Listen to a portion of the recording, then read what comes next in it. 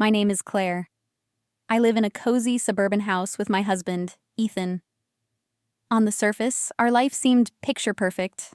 A charming home, steady jobs, and a quiet neighborhood. But beneath the surface, things were far from ideal. It all started one autumn evening when Ethan came home later than usual. His demeanor was different, distracted, almost evasive. As he walked past me in the living room, I noticed he was clutching an envelope. "What's that?" I asked casually.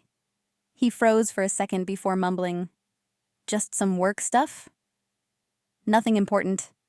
He disappeared into the study and shut the door. My curiosity piqued.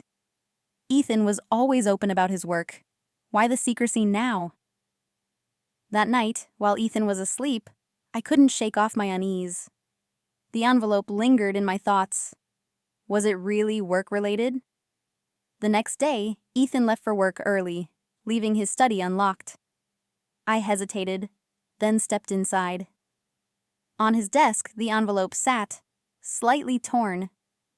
Against my better judgment, I peeked inside. It contained a set of legal documents, some with Ethan's signature and others blank. But what caught my attention was a name I didn't recognize. Sarah Mitchell. The name was unfamiliar, but the accompanying letter hinted at something deeper. It was addressed to Ethan, thanking him for his help and expressing excitement about their future plans. My heart raced.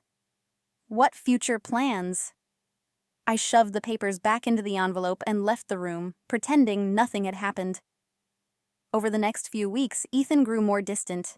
He started coming home later and brushing off my questions with vague answers. "Work's just hectic," he would say. But his eyes betrayed him. One evening, I decided to confront him.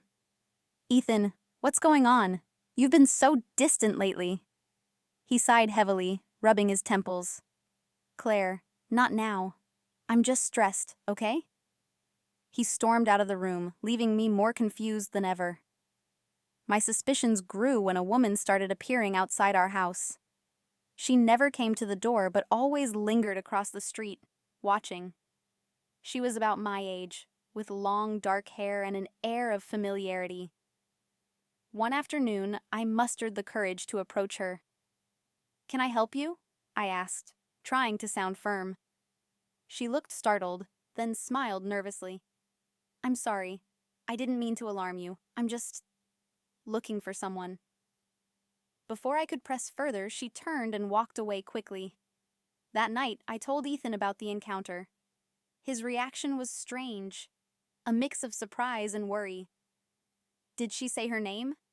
he asked, almost too eagerly. When I shook my head, he seemed relieved but refused to elaborate. "It's probably nothing," he muttered, avoiding eye contact. The woman's presence became more frequent, and my unease grew. One day, as I was cleaning out the attic, I stumbled upon a box labeled Ethan's College Days. Curiosity got the better of me, and I opened it.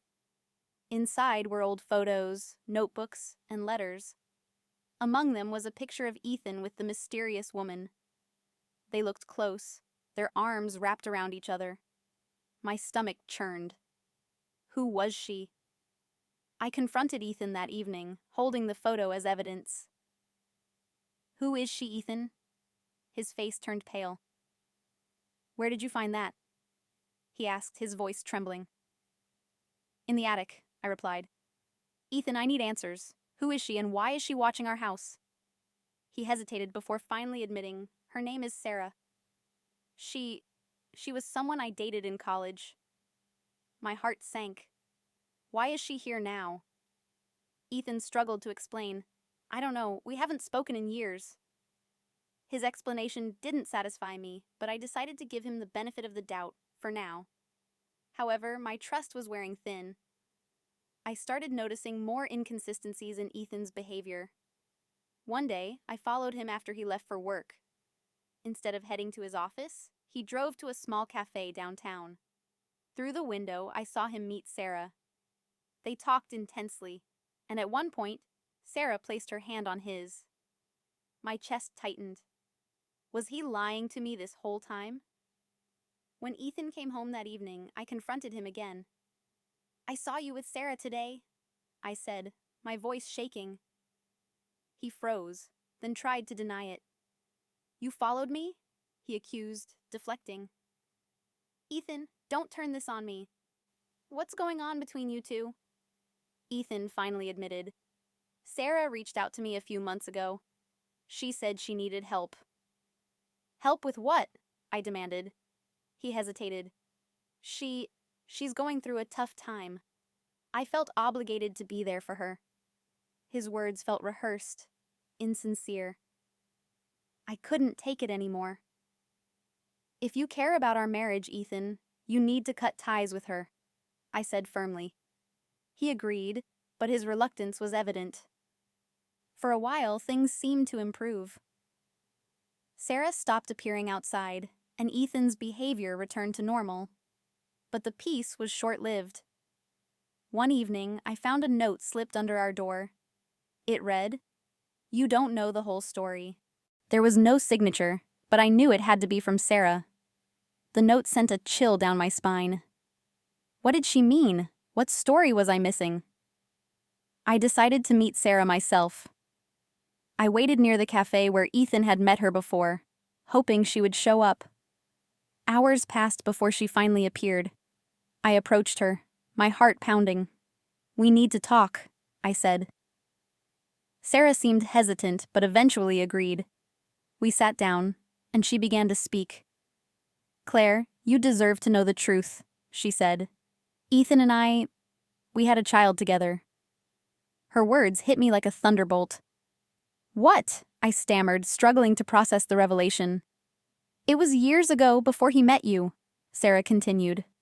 "I never told him because I didn't want to disrupt his life. But now, I had no choice. Our son Liam is very sick. He needs a bone marrow transplant, and Ethan is the only match."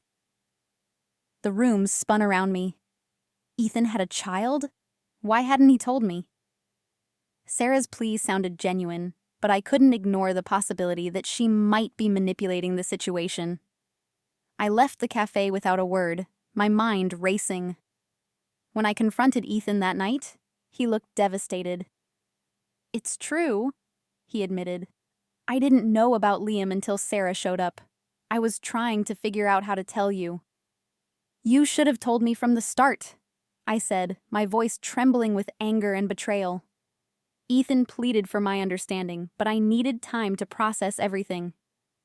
Over the next few days, I couldn't shake the feeling that there was more to the story. Digging deeper, I discovered that Sarah's financial situation was dire. She had racked up significant debt, and I began to wonder if her motivations were entirely about Liam's health. Confronting Ethan with this, he seemed torn. "Liam is my son, Claire. I can't just ignore him," he said.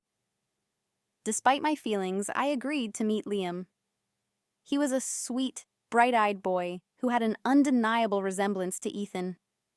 Seeing him melted some of my anger, but it didn't erase the betrayal I felt. Sarah's presence in our lives became a constant, and the strain on my marriage grew.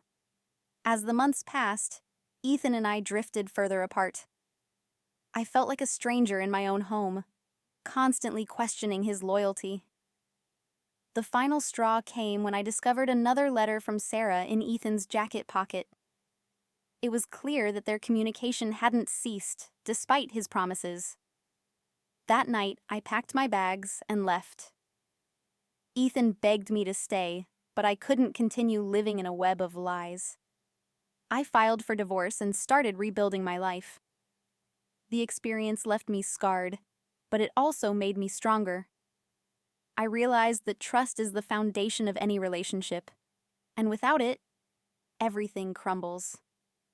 Months later, I heard through mutual friends that Liam had received the transplant he needed and was doing well. As for Ethan and Sarah, I didn't want to know. I had closed that chapter of my life and was focused on writing a new one where I was the author of my own happiness